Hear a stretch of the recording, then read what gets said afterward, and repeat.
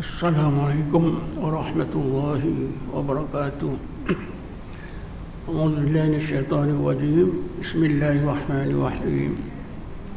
Alhamdulillahil qail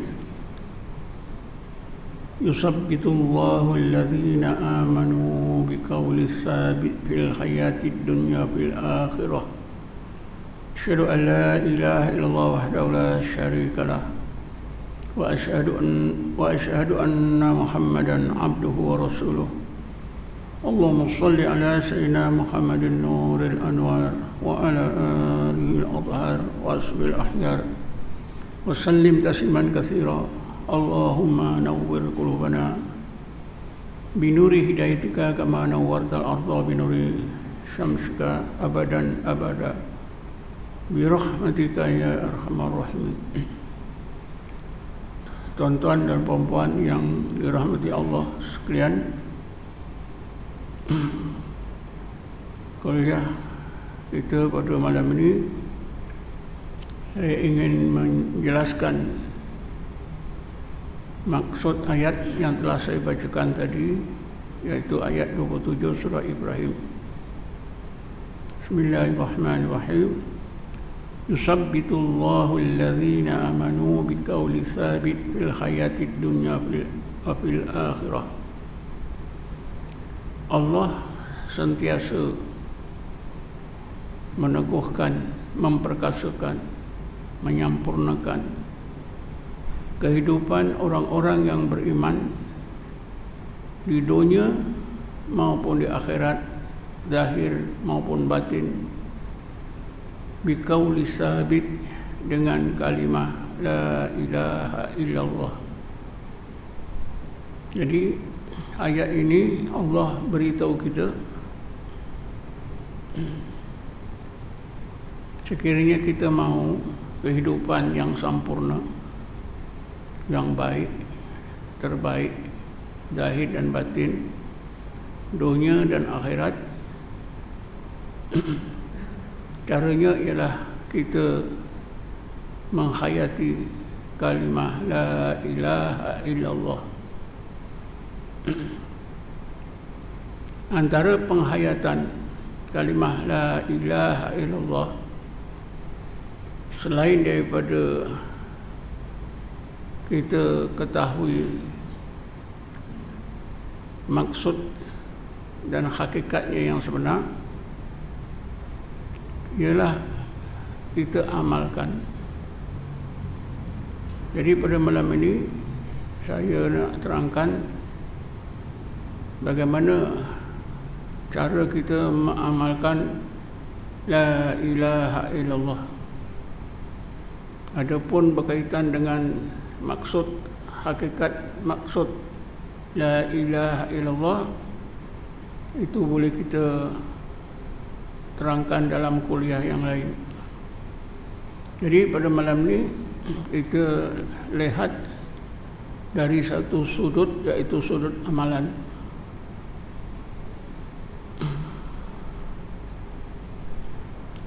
Macam mana kita nak beramal dengan la ilaha illallah. Sebelum itu kita cuba lihat dalam hadis Nabi Muhammad sallallahu alaihi wasallam. Pada satu ketika Rasulullah tiba-tiba bersabda, jaddidu imanakum, jaddidu imanakum, 2 kali. Sahabat yang mendengar terperanjat lalu segera bertanya, kaifa nujaddidu imanana ya Rasulullah?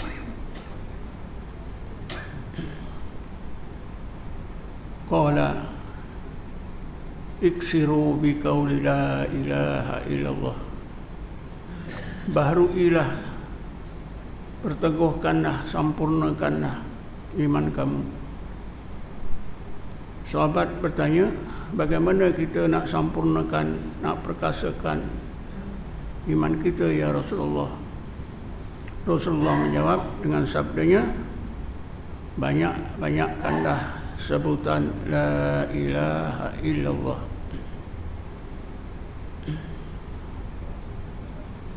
Jadi seseorang mukmin yang membanyakkan sebutan la ilaha illallah, imannya akan jadi kuat, jadi sempurna.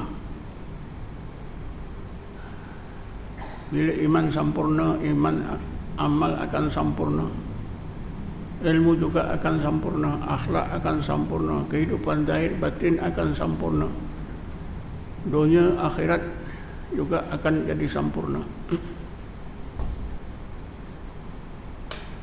Jadi bagaimanakah kita nak amalkan dengan la ilaha illallah?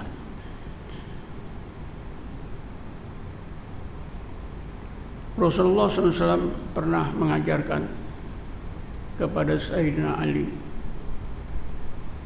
zikir la ilaha illallah, yaitu apabila Sayyidina Ali tanya, kaifa azkuru ya Rasulullah, bagaimana aku nak berzikir ya Rasulullah? Maka Rasulullah kata, engkau dengar ya Ali, aku akan sebut la ilaha illallah 3 kali, lepas itu engkau buatlah bagaimana yang aku buat, yang aku lakukan. Dalam hadis yang panjang lebar itu antara lain menyebutkan waqala Rasulullah sallallahu alaihi wasallam la ilaha illallah muqmidan ainaihi rafi'an sautahu wa ali yasma'. Maka Rasulullah pun menyebut la ilaha illallah sebanyak 3 kali dengan memejamkan kedua mata, meninggikan suara, menguatkan suara, dan Sayyidina Ali mendengarnya. Lalu Sayyidina Ali buatlah sebagaimana yang Rasulullah buat. Ini kan satu panduan kepada kita. Langkah yang pertama mesti kita belajar. Belajar apa? Zikir la ilaha illallah. Walaupun kita memang dah fasih, ya, sebutan la ilaha illallah dah fasih, tak ada orang tak boleh sebut, ya. Budak-budak boleh sebut. Tapi cuba kita lihat Sayyidina Ali, apa kurangnya. Tapi apabila nak berzikir la ilaha illallah, Rasulullah ajar, Sayyidina Ali dengar. Daripada sinilah tuan-tuan dijadikan satu kaedah. Bila kita nak belajar zikir, mesti kita belajar. Kerana itulah yang dilakukan oleh Rasulullah terhadap sahabat. Dan dalam ilmu tasawuf pun begitu. Jadi kita kena belajar. Langkah pertama mesti kita belajar. Bila kita menghadapi belajar zikir tahlil la ilaha illallah ni, maka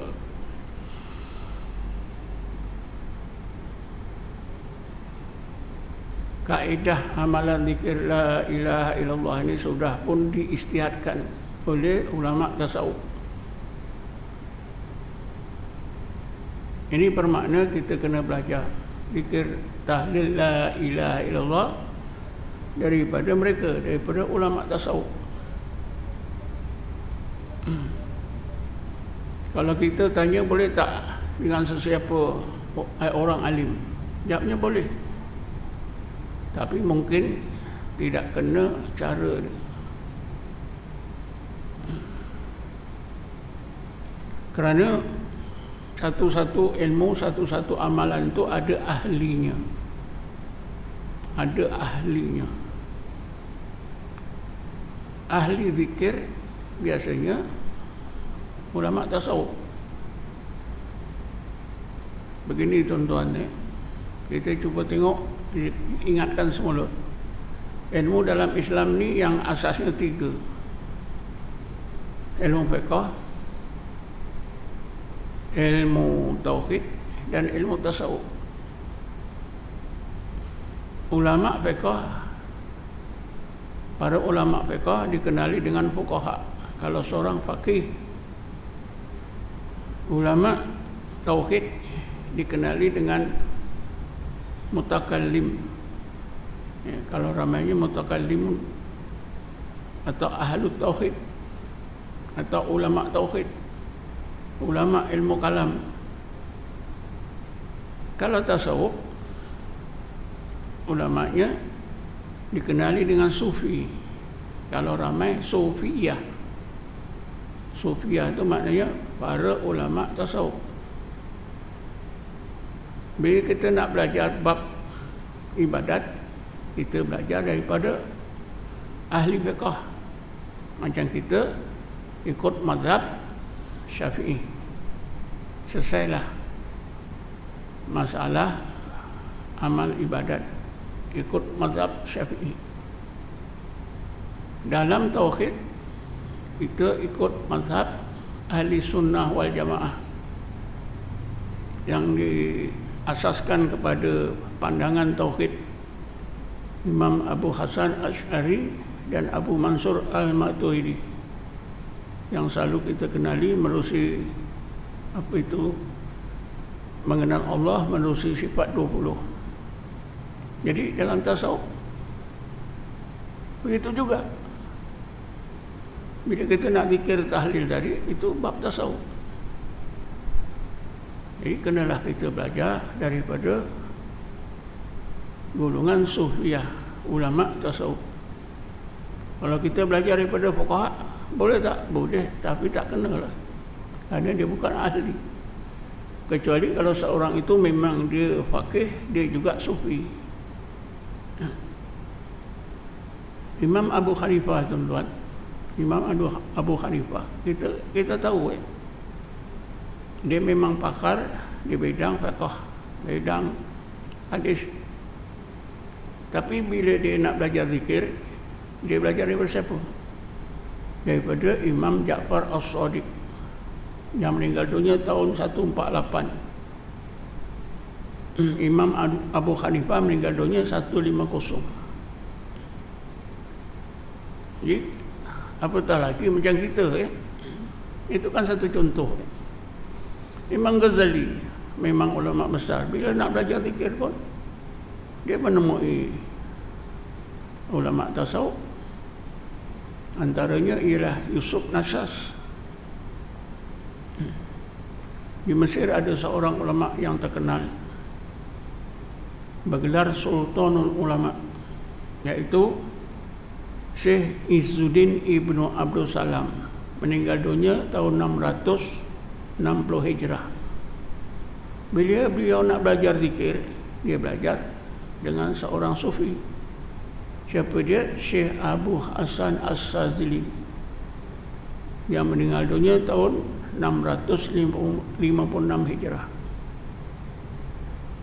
Malahan ada seorang ahli tafsir dan ahli tauhid yang terkenal juga, iaitu Syekh Fakhruddin Ar-Razi, meninggal dunia tahun 606 Hijrah. Beliaulah yang mengarang atau menyusun kitab tafsir Fathul Ghaib atau Tafsir Al-Kabir. Bila beliau nak berzikir, beliau belajar daripada Syekh Najmuddin Al-Kubra yang meninggal dunia tahun 618 Hijrah. Di India, tuan-tuan, pada abad 11 Hijriah, seorang ulama yang terkenal yang dapat title Mujaddid, meninggal dunia tahun 1024 atau 42 Hijrah, bernama Syekh Ahmad Sirhindi Mujaddid Al-Fusani. Ulama besar. Tapi bila beliau nak belajar zikir, beliau belajar daripada seorang sufi. Siapa dia? Syekh Muhammad Baqi Billah. yang datang daripada Uzbekistan, berpindah ke Delhi. Ulama besar itu siapa? Syekh Ahmad Sirhindi. Bila nak belajar zikir, belajar dengan orang sufi. Begitulah tuan-tuan. Kalau kita tengok zaman sekarang, para ulama yang ngajar di Azhar University, mereka memang pakar dalam bidang-bidang ilmu tertentu, tapi bila mereka nak berzikir, mereka belajar dari orang sufi. Misalnya, siapa itu? Dr. Muhammad Zaki Ibrahim. Dia orang terkenal, orang alim Azhar. Bila nak belajar zikir, dia belajar daripada orang-orang sufi. Dia ambil tarekat Saziliyah. Syekh Ali Jumaah, Dr. Ali Jumaah pernah menjadi mufti Mesir yang sekarang masih hidup. Bila nak berzikir, beliau belajar daripada orang-orang sufi. Beliau ambil tarekat Naqsabandiyah Khalidiyah. Jadi begitulah tuan-tuan ya. Jadi langkah pertama, mestilah kita belajar daripada ahlinya, supaya bila kita beramal dengan la ilaha illallah itu, dapat benar-benar, kita akan dapat benar-benar kurniaan daripada Allah, hikmah dan kebaikannya.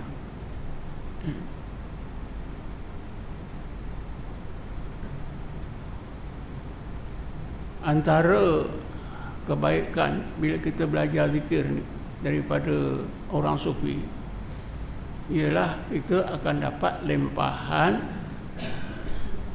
barakah daripada orang sufi tersebut, dan orang sufi tersebut dapat barakah daripada gurunya, yang akhirnya sampai kepada Rasulullah yang dinamakan syafaat.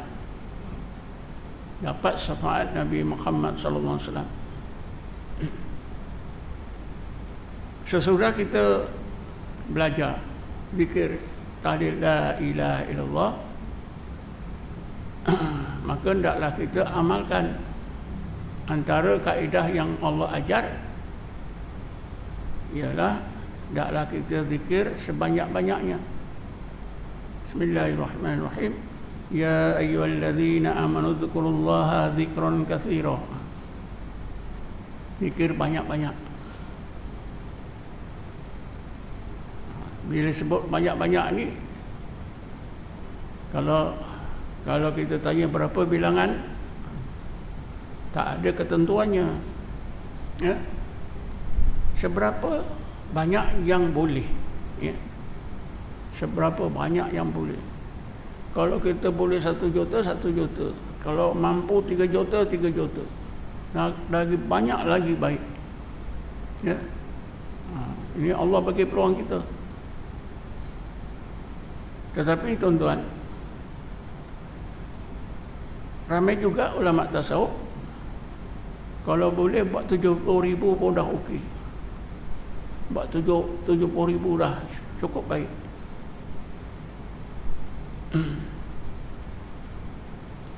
Sehingga ada ahli sufi yang menyebutkan, siapa berzikir tahlil la ilaha illallah 70,000, insya-Allah Allah akan masukkan dia ke surga.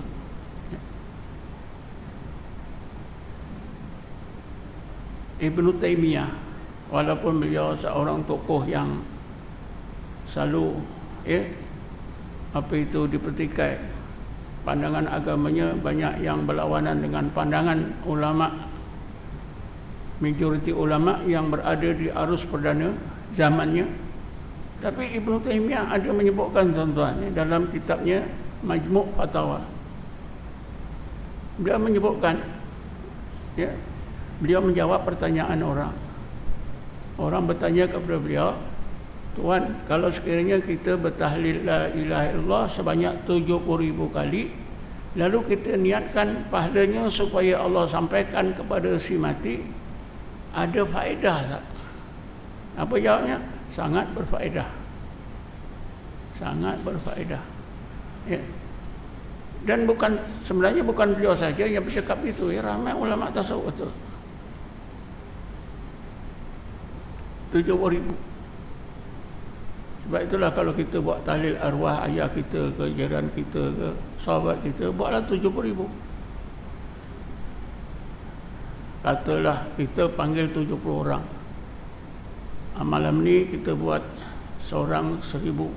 La ilaha illallah 1,000. 70 orang 70,000 lah. 1,000 ni tak lama tuan-tuan.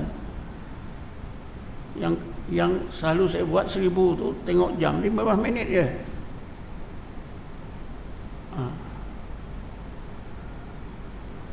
Patutlah tuan rumah panggil kita, ada kematian, buat tahlil. Takkanlah nak buat 40. 40 kali. Lepas solat bolehlah, ini dipanggil ke rumah ni, buatlah 1,000. Kalau ada 30 orang, 30,000. Kalau nak cukupkan 70,000, buat double, 2,500 ke. Bukan lama sangat, tak sampai pun setengah jam. Tak sampai 1 jam. Tapi memanglah tuan-tuan, Rasulullah dah sebut amalan yang nampak mudah, antara tiga perkara yang nampaknya mudah tapi susah dibuat, kata Rasulullah. Yang pertama, berzikir. Nampak mudah tapi susah nak buat. Pasal apa tuan-tuan? Kerana adanya syaitan. Allah dah sebut dalam Quran, Bismillahirrahmanirrahim, wa yasuddukum an zikrillah wa anis solah. Syaitan itu sentiasa menghalang kamu daripada zikrullah dan solat. Dua amalan ni. Ya, syaitan memang tak bagi peluang kita. Jaga betul-betul. Macam-macamlah cara.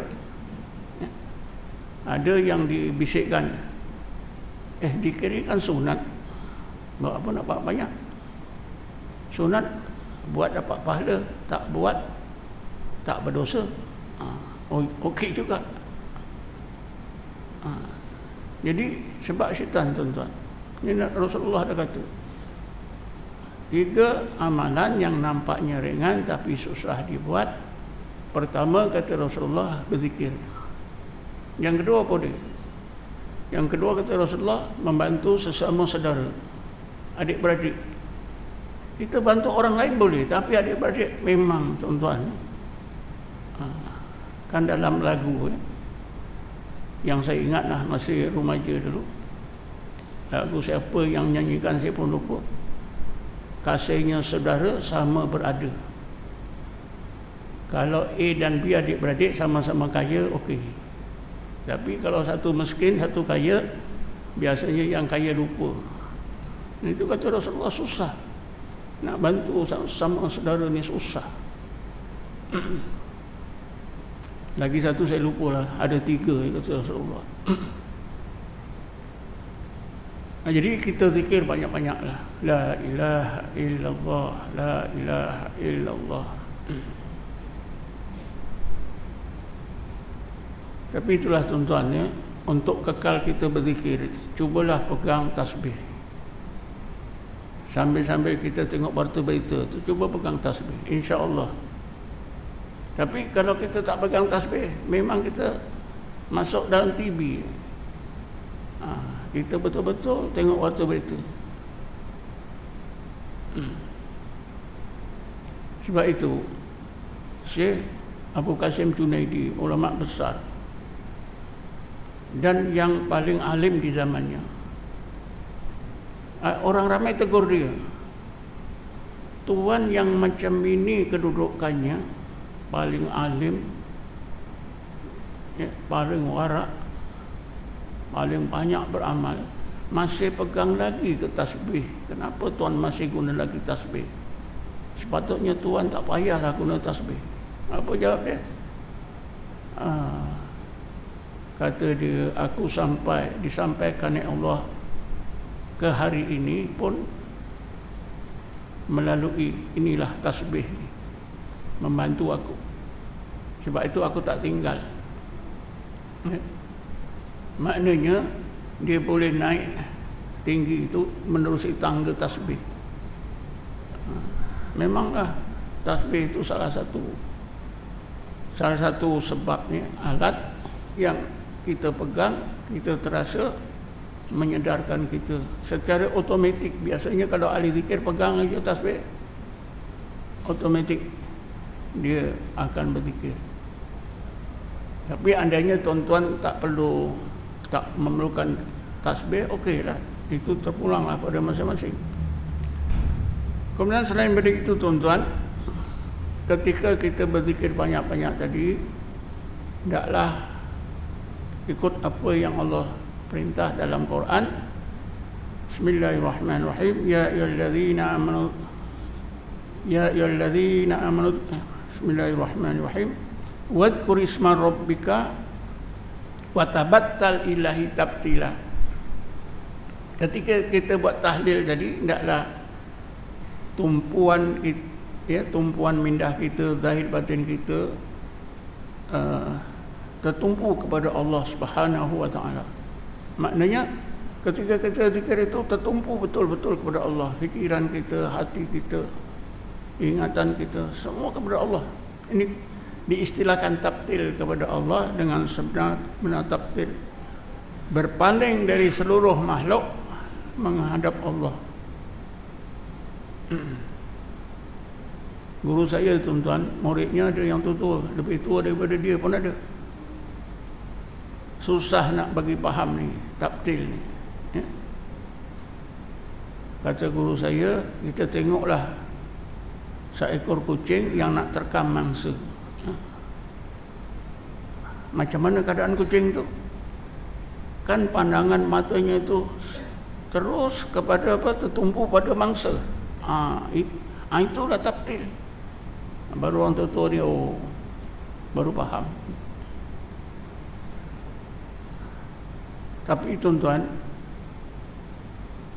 di dalam Quran ada panduan nak melakukan tabtil ini.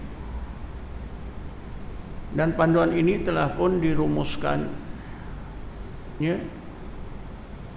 oleh ulama tasawuf yang ajar amalan zikir.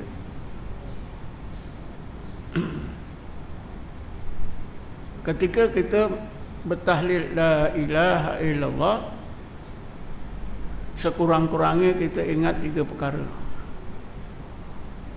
Mindah kita tertumpu pada 3 perkara. Pertama, pada wujudnya Allah. Yang kedua, pada keagungan Allah. Ketiga, kepada kesempurnaan Allah. Kepada wujudnya Allah, uluhiyah Allah dan rububiyah Allah. Sebenarnya kita ada amal, tapi biasanya yang saya perhatilah sejak saya remaja dulu kenal surah,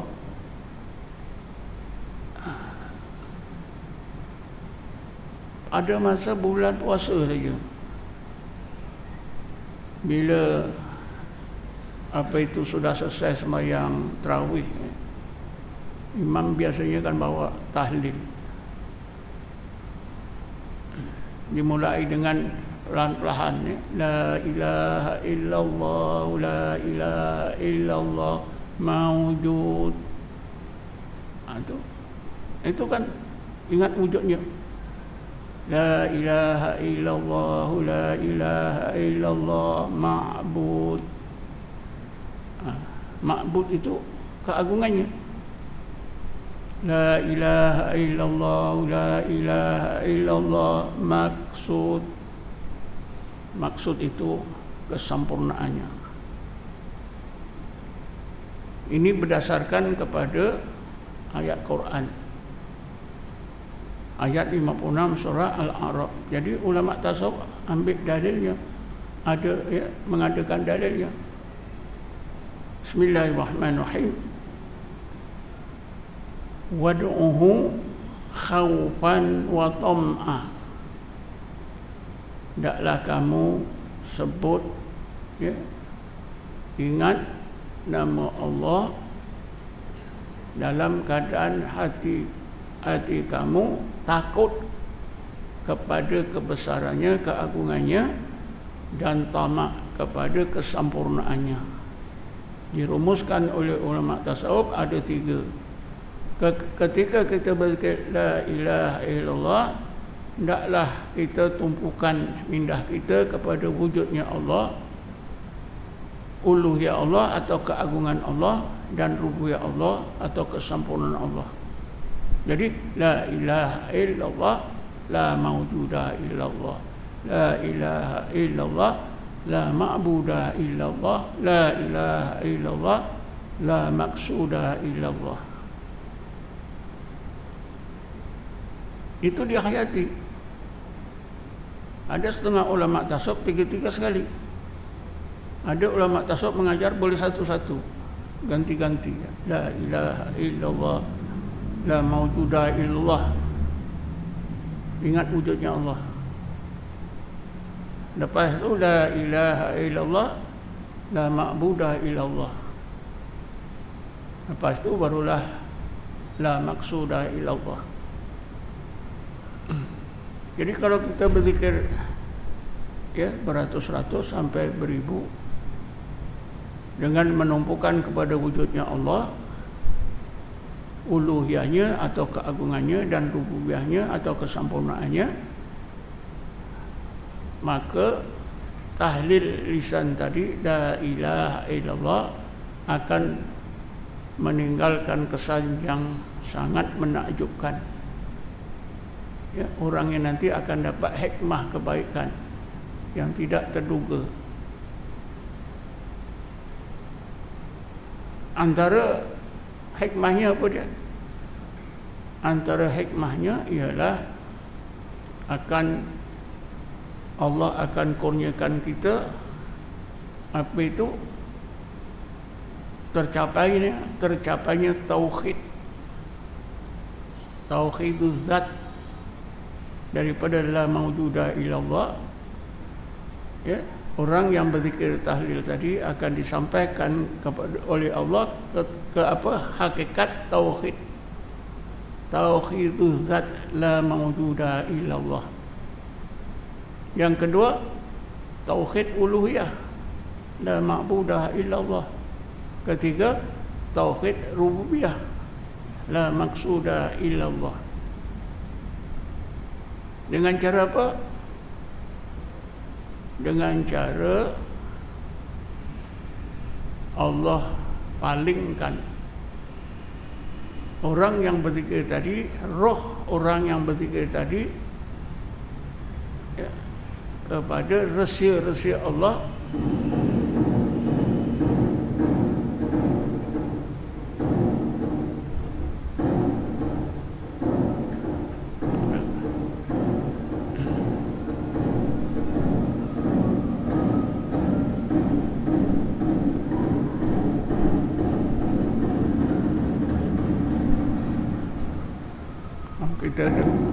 Kita dengar bang sebentar, tuan-tuan, ya.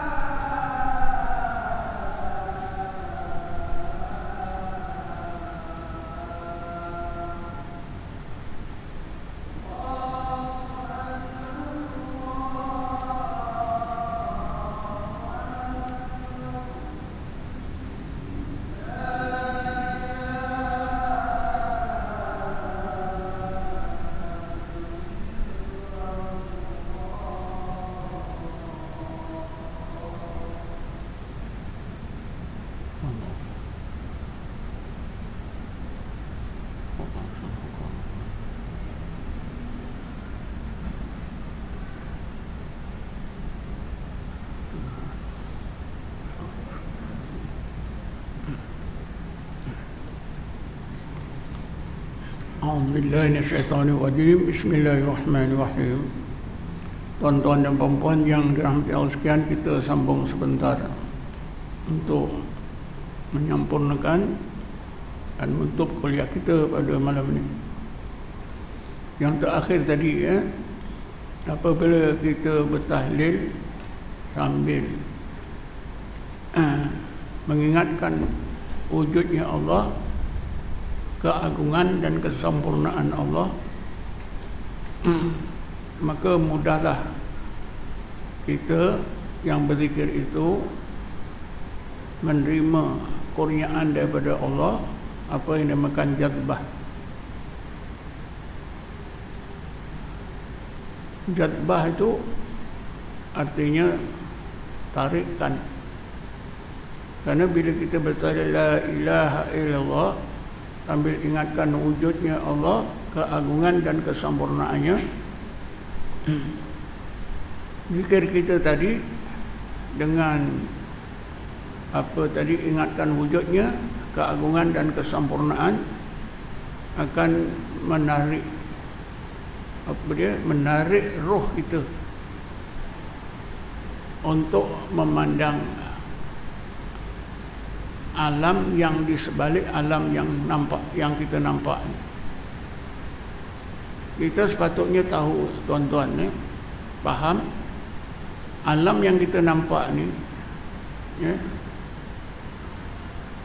di dalam Quran disebut dengan istilah alam mulki. Ada suratul Mulk. Bismillahirrahmanirrahim. Tabarakalladzi biyadihil mulku. Mulku itu alam zahir ni. Seluruh alam zahir ini semuanya dalam kekuasaan Allah. Yang batinnya, batin daripada alam yang nyata yang kita nampak dengan mata kepala ini dinamakan alam malakut. Disebut antara lain ayat terakhir dari surah Yasin. Bismillahirrahmanirrahim. Fa subhanalladzi biyadihi malakutu kulli syai'in. Alam malakut itu ialah lapisan alam mulki, lapisan alam yang zahir.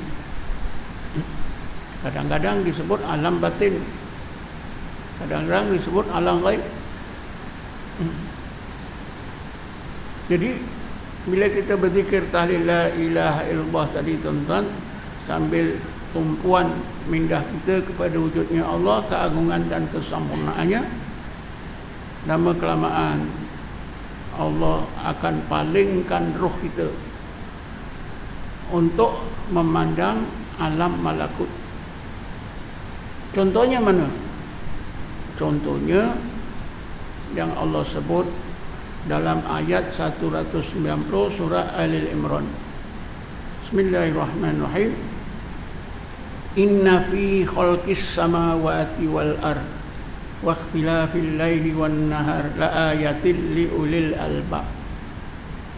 Sesungguhnya di dalam kejadian-kejadian yang di langit maupun di bumi, maupun di dalam peredaran masa malam dan siang. Di dalam ini artinya di alam malakut. Di alam malakut kejadian di langit, alam malakut kejadian yang di bumi, alam malakut dalam peredaran malam, siang dan malam, terdapat ayat-ayat Allah yang dapat dilihat oleh pandangan mata hati atau pandangan roh ulul albab. Tentunya karena ulul albab ni disebut sentiasa zikir dan tafakur. Lalu disambung pada ayat kemudiannya, Bismillahirrahmanirrahim. Alladzina yadhkuruna Allaha qiyaman wa qu'udan wa 'ala junubihim wa yatafakkaruna fi khalqis samawati wal ard. Ulul albab itu ialah mereka yang sentiasa berzikir dalam apa juga keadaan mereka berdiri ke duduk, berbaring. Sambil mereka berzikir, mereka tafakkur terhadap ayat-ayat Allah yang ada di langit dan di bumi. Jadi ini dalil bahawa bila kita berzikir dengan zikir tahlil, sambil kita ingatkan wujudnya Allah, keagungan dan kesempurnaannya, maka Allah akan kurniakan kepada kita apa yang dinamakan jadbah, iaitu roh kita, pandangan roh kita itu dipalingkan oleh Allah ke alam malakut. Sekarang ini kita gunakan pandangan mata kita, roh kita alam zahir. Satu lagi contoh ialah Nabi Ibrahim alaihissalam. Bismillahirrahmanirrahim. Wa kadzalika nuri Ibrahima malakutas samawati wal ard. Demikianlah kami perlihatkan dalam pandangan roh, pandangan mata hati Ibrahim alaihissalam, rahsia-rahsia kami di alam malakut, kejadian di langit dan di bumi. Ini istilahnya apa? Jadbah. Mungkin satu kuliah yang khas saya akan terangkanlah makna jadbah. Tapi malam ni cukuplah dalam konteks zikir tadi, zikir tahlil la ilaha illallah. Jadi kesimpulannya tuan-tuan, buatlah banyak-banyak zikir tahlil la ilaha illallah, sambil ingatkan wujudnya Allah, keagungan dan kesempurnaannya. Wujuduhu